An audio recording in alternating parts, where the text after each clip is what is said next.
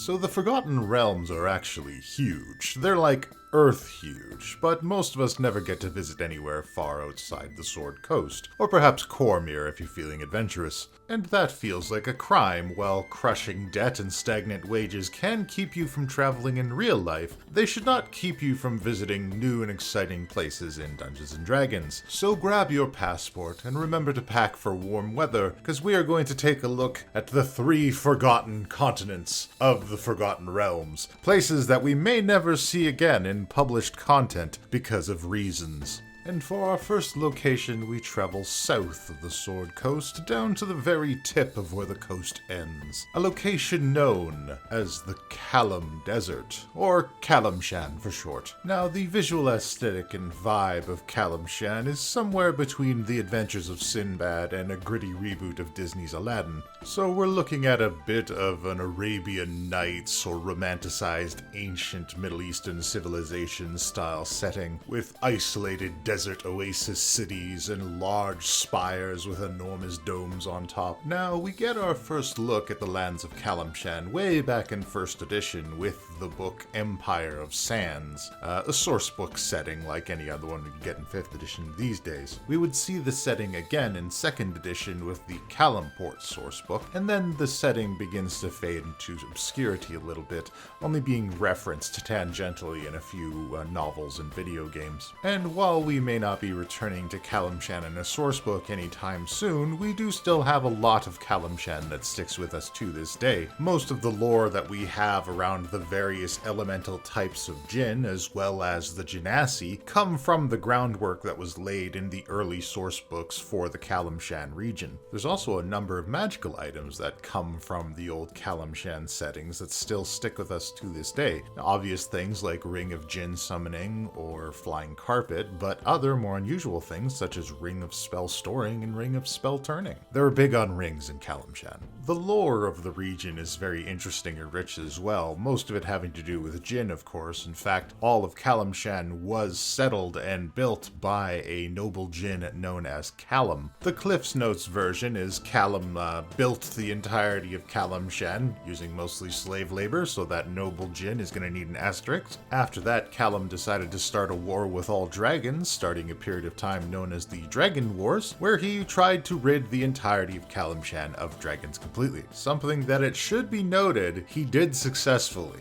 I'm just saying, if you got any kind of pest control problem, you're probably going to want to call Calum. So after this, a spellcaster did a whoopsie and summoned an evil Ifrit known as Memnon, who decided to wage war against Calum and found his own rival city called Memnon. A little egotistical to just name it after himself like that. At least Calum had the dignity to put a shan or a port on the end of it. So needless to say, the two didn't get along, and a massive war was started known as the Skyfire Wars, where Calum and Memnon summoned legions of elementals and soldiers to battle it out throughout the Calimshan Desert. This went on for decades until a group of elves said enough is enough and trapped Calum and Memnon inside a massive crystal known as the Calimemnon Crystal. And bound there, Calum and Memnon could battle for all eternity alongside many of their own genie generals. Or so it was assumed. However, when the spell plague hit, the Calimemnon crystal shattered and Memnon and Calum got free and started up a second Skyfire War, so they're probably still down there battling it out. So as you can see, while we may not get a lot of published content for Calimshan, it seems the lore is still very much alive down there. And if you'd like to do your own adventures in Calimshan, there are a few books in DM's Guild that set up a good adventure for the area. But we've barely scratched the surface. Why, we haven't even left the mainland yet, so let's travel across the Sea of Stars, go west, stalwart adventurer, until we reach the distant lands of Mazika. Mazika is a kind of central South American civilization in the Forgotten Realms that I frequently mistakenly refer to as Mazcal, probably because lingering thoughts of when I worked at a hotel liquor store. But we first see Mazika in the published adventures of Fires of Zatal and Endless Armies way back in 2nd edition. Strangely enough, it was written by the same guy who wrote the Dragonlance setting, and not a single person of Latin or Central American descent. So, needless to say, probably not the most accurate portrayal of ancient Latin and Central American culture, but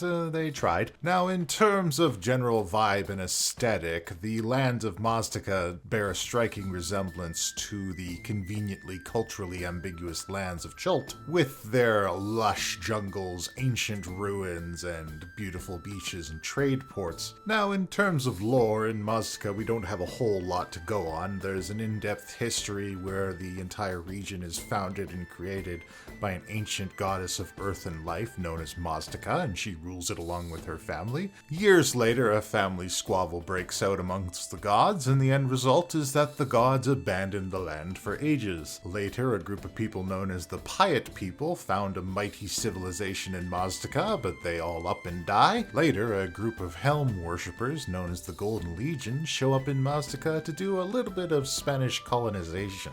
This, of course, goes poorly for everyone involved. Obviously, some much more than others. From there, things get pretty strange, with Mazika disappearing during the spell plague and then coming back, and nobody really kind of talks about it. So if you're looking to run your own Mazika campaign in 5th edition, you might have a bit of work ahead of you. They haven't printed anything for the region since 2nd edition, and a few searches in DM's Guild didn't turn up much either. This is a region of the Forgotten Realms that I'd love to see somebody take another run at, perhaps somebody that has a bit more cultural heritage invested in it and can produce a more authentic version of what it was intended to be. But even if that never happens, portions of Mazika are still with us, most notably in the form of Tabaxi. Yes, Tabaxi! Those Tabaxi are from Mazika. It's kind of funny, if you actually go into the game lore, it says none of the Tabaxi want to talk about what happened to Mazika after it got transported away during the spell plague. So that's just a fun way of Dungeons & Dragons telling you they don't know and they're not worried about it. We also have a couple of cool monsters, such as the scorpion folk Tintakali and the ever-present Coatl. And in world lore, trade does still seem to be open with Mazika, so if you ever want to pepper some unusual Mazika goods into your campaign, I recommend things like chilies, cigars, coffee beans, and vanilla. But we need to go even further now. Let's go to the ancient and mysterious lands of Kara-tur. So Kara-tur is a bit of a tough one. It has a controversial history. I personally am not connected to any specific Pacific Asian descent, so I really don't feel like I have the right to comment on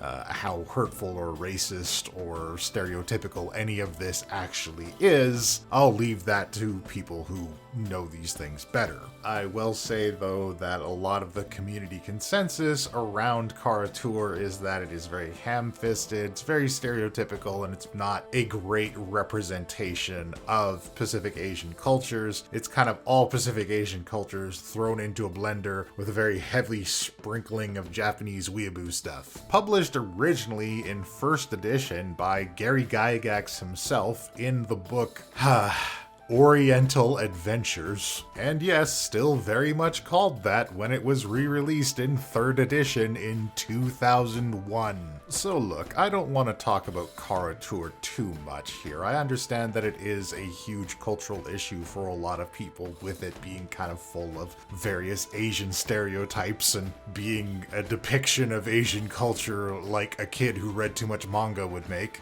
But I will say, as a player and dungeon master, I really love the concept of these kinds of Pan-Asian inspired adventures that take us to the ancient lands of China or the Philippines or Vietnam or Korea or Japan, Thailand. I'm sorry if I missed any. Again, I haven't gone out there very much myself, what with the debt and the stagnant wages and all. The point I'm trying desperately to arrive at is I think the idea is good. I like the idea of adventures centered around these histories and these cultures and these mythologies.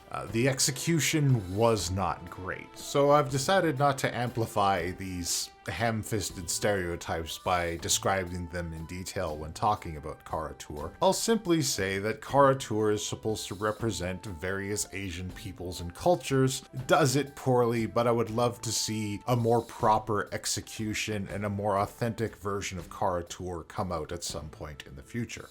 That said, there's a number of things in Kara-tur that stick with us to this day, for better or for worse. Creatures like Oni and Kenku, as well as almost all of the monk class, the samurai subclass, all of these things came from Kara-tur. And with that, our travels come to an end for now. There are still many forgotten locations in the Forgotten Realms, many of them much less controversial than the ones we discussed today, and I would be happy to go over them with you. Please let me know in the comments below if you like this kind of content and would like to know more about other locations in the Dungeons & Dragons world. That's it for now. We'll see you in the next video. Remember to like and subscribe, and until then, Puck out.